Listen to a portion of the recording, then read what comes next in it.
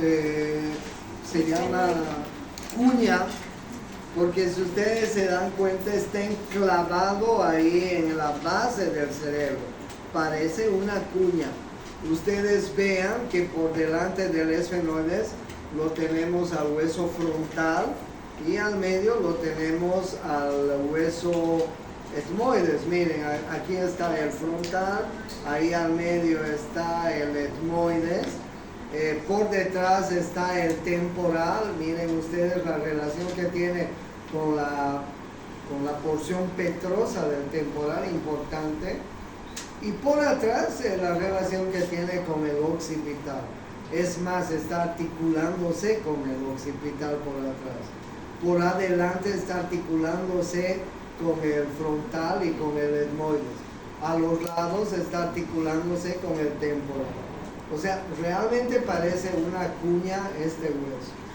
Este hueso está formado por un cuerpo que ustedes pueden verlo claramente en esta figura. Un cuerpo y 3 pares de apófisis.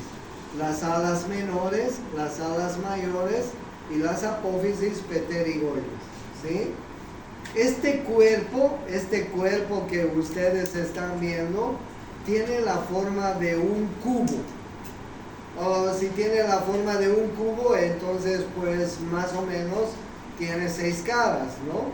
Esta cara que ustedes están viendo acá es la cara, ¿qué cara será? Los ojitos del murciélago y la nariz del murciélago. ¿Qué cara será la cara del cuerpo?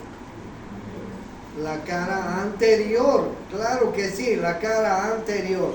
Y la cara que está en la parte de arriba, de atrás, ¿qué cara será? Correcto, miércoles, qué bien, me alegro. Y la cara de arriba, ¿qué cara será? La cara de abajo, inferior. Y la cara de los lados, lateral. Miércoles, qué capo, se dieron cuenta. Vámonos. ¿Qué vamos a ver en la cara anterior? ¿Qué vamos a ver en la cara anterior? Vamos a ver los orificios de entrada al seno maxilar. Ese es el otro seno que hay y que forman parte de los senos de las fosas nasales, ¿ok? Los orificios de entrada al seno maxilar, y al medio vamos a ver una cresta que se llama cresta esfenoidal anterior. La cresta esfenoidal anterior se articula con la lámina perpendicular del etmoides. Cáspitas, ¿qué es eso? Acuérdense que el etmoides tiene una lámina vertical y una lámina horizontal. Acuérdense que la lámina vertical está formada por la apófisis crista galli y por la lámina perpendicular. Si vemos la lámina perpendicular de un lado, tiene un borde superior, tiene un borde antero superior, tiene un borde antero inferior, tiene un borde postero superior y tiene un borde postero inferior. Así más o menos les he enseñado la lámina perpendicular del etmoides. Un borde superior que se confunde con la lámina cribosa del etmoides, ¿ok? Ese es el borde superior. Un borde antero superior que está articulado con la espina nasal del frontal. Con la espina nasal del frontal. Un borde antero inferior que se une al cartílago del septum nasal, al cartílago de la nariz que tenemos en la parte anterior de la nariz. Se llama cartílago del septum nasal. Un borde póstero inferior,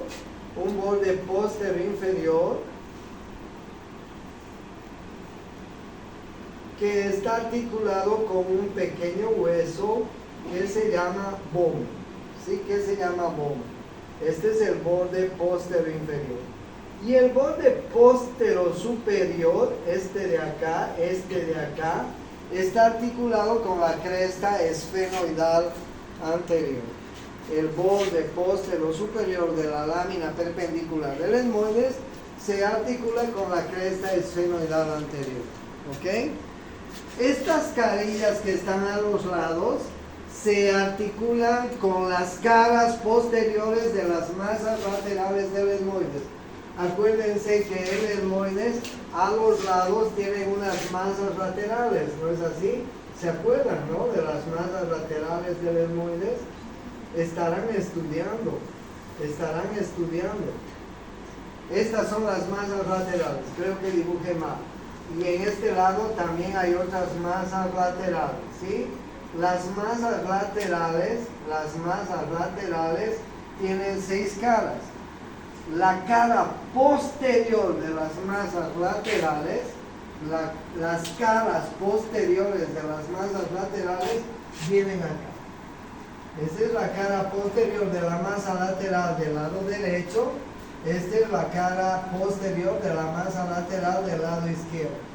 Y las dos carillas posteriores de las masas laterales del etmoides están articulándose con las carillas anteriores de la pared anterior del cuerpo del esfenoides. Esa es la pared anterior del cuerpo del esfenoides. La pared anterior. ¿Está claro? Entonces, ¿qué tienen que saber de la pared anterior? Que la cresta se articula con el borde posterior superior, que las caras que están a los lados se articulan con las caras posteriores de las masas laterales del etmoides, ¿ok? Tapan los orificios de entrada al seno esfenoidal.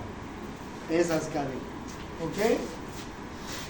¿Qué vamos a encontrar en la cara? Esa es la cara anterior. Veamos la cara inferior. En la cara inferior vamos a encontrar una pequeña cresta que se llama la cresta esfenoidal inferior. Así, la cresta esfenoidal inferior. ¿Ok? La cresta esfenoidal inferior se articula con el vómer. Miren. El vómer se encuentra al medio. Ahí el vómer hace una especie de alas que se llaman las alas del vómer, ¿ok? Y se produce una articulación que se llama la articulación esfeno-vomeriana. ¿Qué tipo de articulación es la esfeno-vomeriana? Pero ustedes han hecho el mapa conceptual de articulaciones. ¿Qué tipo de articulación es la esfeno-vomeriana? ¿Es una esquindelesis? ¿Es una sinostosis? ¿Qué es? No hicieron el mapa conceptual. Les voy a decir que les rebajen puntos a los auxiliares. Esta articulación se llama articulación esfeno-vomeriana. Ahí hay un agujero que se llama el agujero esfeno-vomeriano. ¿Por dónde pasan vasos y nervios esfeno-vomerianos? ¿Ok? A los costados, miren, a los costados hay unas apófisis,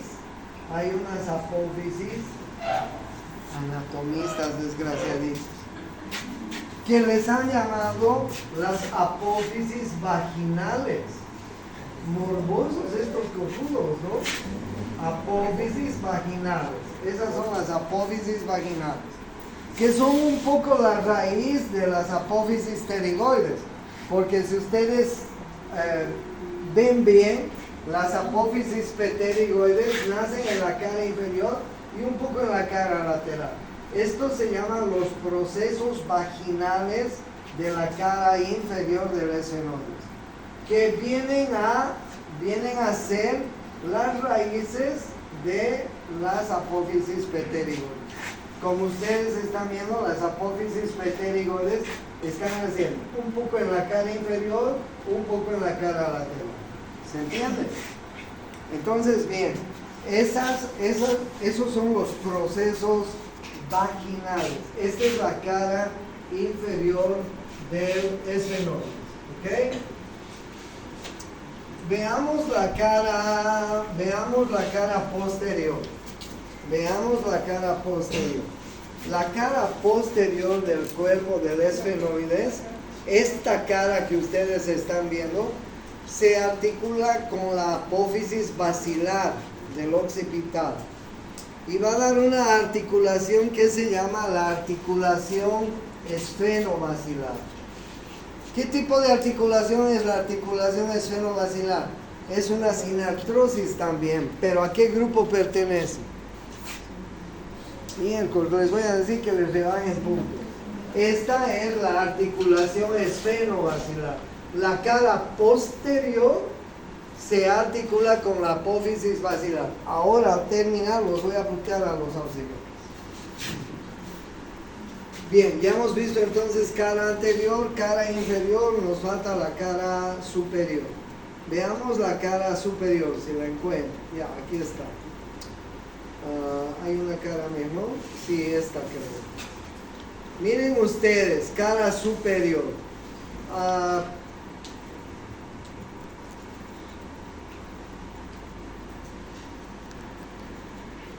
Sí, aquí está bien la cara superior. Pero mejor voy a mostrarles aquí.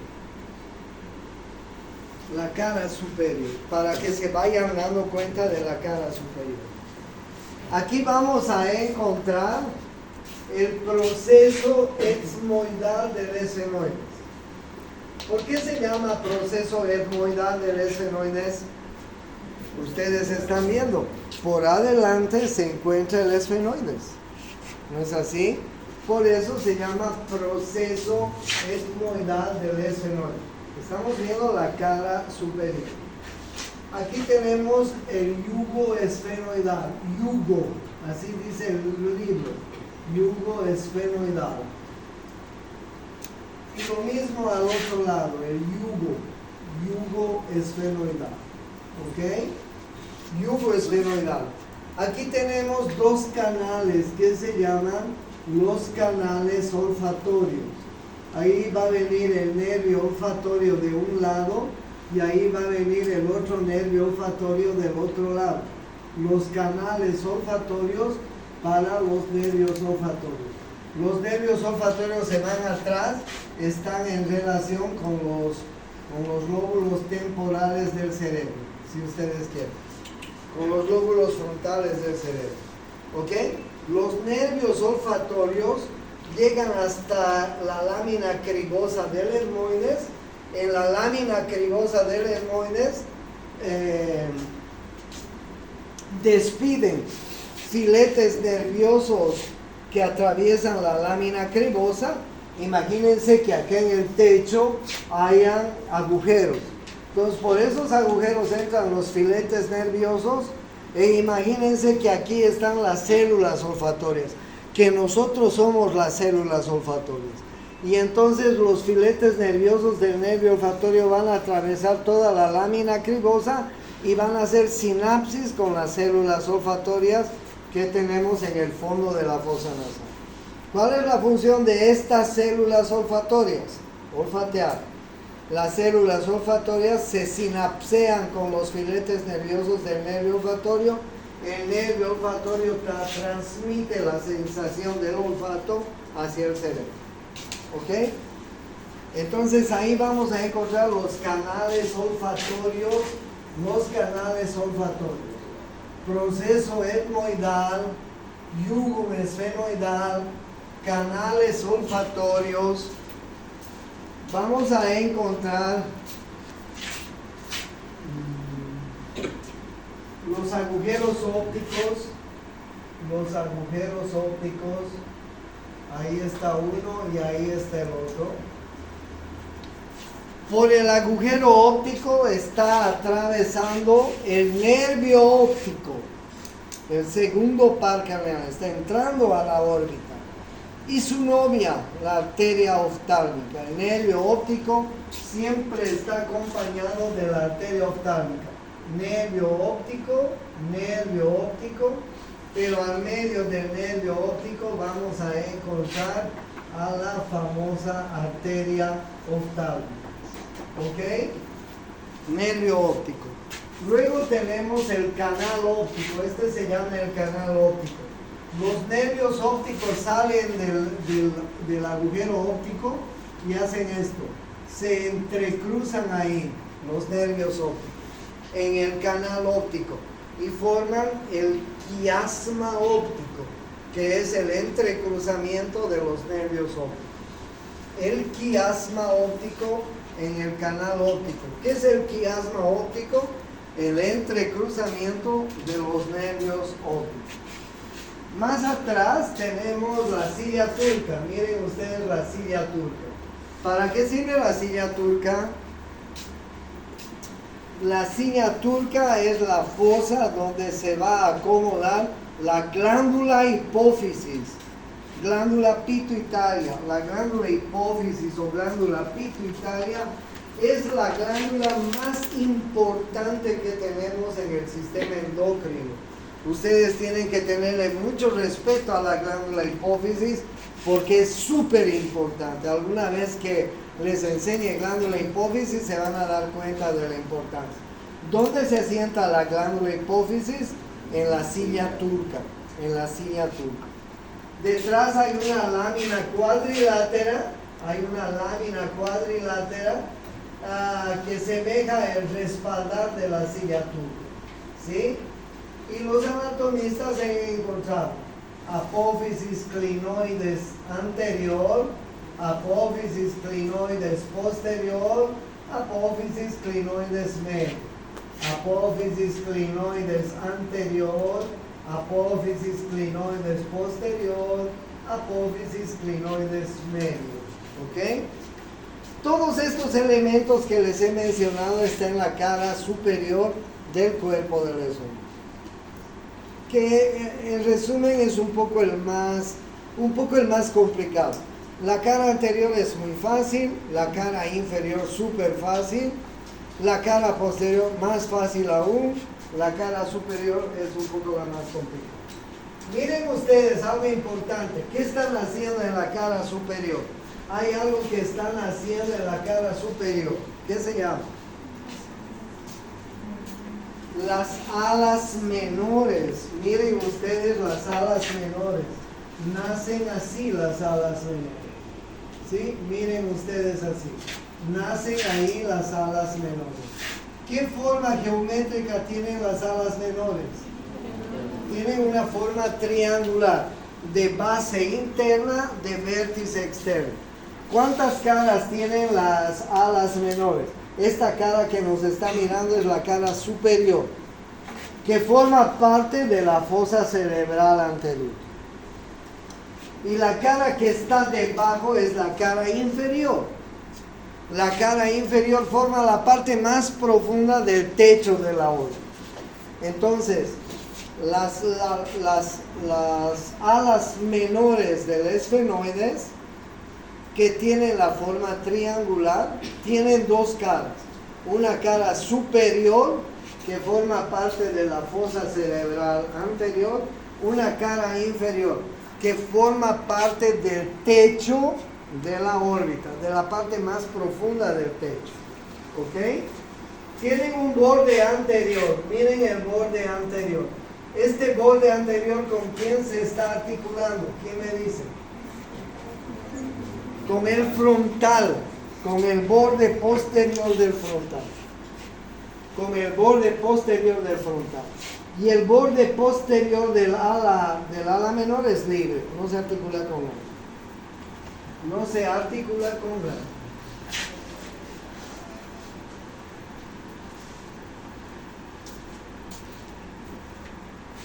Alas menores, cara superior. ¿Ok? ¿Qué más vamos a encontrar? Vamos a encontrar las caras laterales.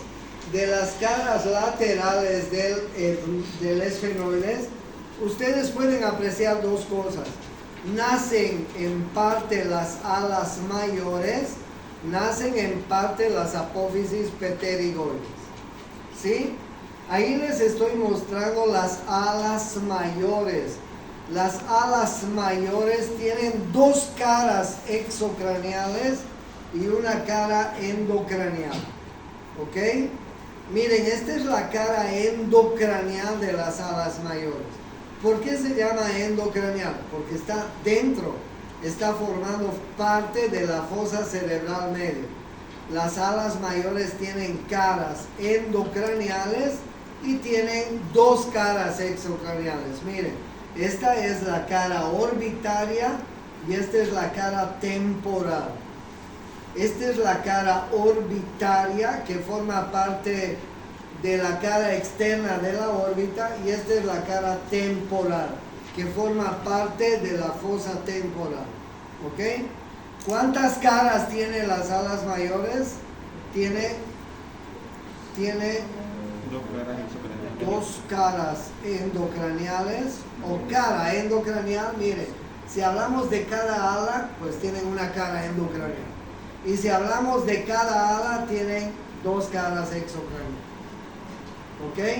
Una es la cara orbitaria y otra es la cara temporal. Bueno, ahí ustedes están viendo muy bien las caras exocraniales. Esta de aquí adentro, ¿qué cara es? Orbitaria. Esta de aquí afuera, ¿qué cara es? Temporal. Y la cara de adentro, ¿qué cara es? Endocranial. Las apófisis pterigoides nacen tanto en la cara lateral como en la cara inferior. Y las apófisis pterigoides tienen un ala medial, un ala lateral, una fosa pterigoidea y una escotadura pterigoidea. ¿Ok? Miren, las apófisis pterigoides tienen ala medial. El ala medial está mirando hacia adentro. Ala lateral está mirando para afuera. En el ala medial, en esta región, se inserta el músculo pterigoideo medial. En esa región se inserta el músculo pterigoideo medial. ¿Ok? En la parte interna ahí se inserta el músculo pterigoideo medial. En el ala lateral, en esta región, se inserta el otro músculo pterigoideo. ¿Cómo se llama el otro músculo? Pterigoideo lateral. Y ahí hay una fosita que se llama, una escotadura, que se llama la escotadura pterigoidea. En la escotadura pterigoidea va a encajar la apófisis piramidal del palatino. Cuando les hable del palatino, les voy a hacer recuerdo de la escotadura pterigoidea, porque ahí en esa escotadura pterigoidea encaja la apófisis piramidal del palatino. ¿Ok? ¿Quién se inserta en el ala medial? El músculo pterigoideo medial. ¿Quién se inserta en el ala lateral? El músculo pterigoideo lateral. ¿Ok? Muy fácil. Y la escotadura pterigoidea está ocupada por la apófisis piramidal del hueso palatino. Ya les he hablado del agujero óptico, donde vamos a encontrar, agujero óptico se llama, donde vamos a encontrar qué pasa el nervio óptico y la arteria oftálmica. En la unión del ala menor con el ala mayor tenemos esto, miren ustedes, esto se llama la fisura orbitaria superior. Se llama también hendidura esfenoidal. Ese espacio, ese agujero que queda entre el ala menor y el ala mayor, se llama fisura orbitaria superior, se llama hendidura esfenoidal. ¿Qué pasa por la fisura orbitaria superior? El tercer par, el cuarto par, la rama oftálmica, el cuarto par, la rama oftálmica del quinto par, el sexto par y la vena oftálmica. ¿Cómo se llama el tercer par? ¿Cómo se llama?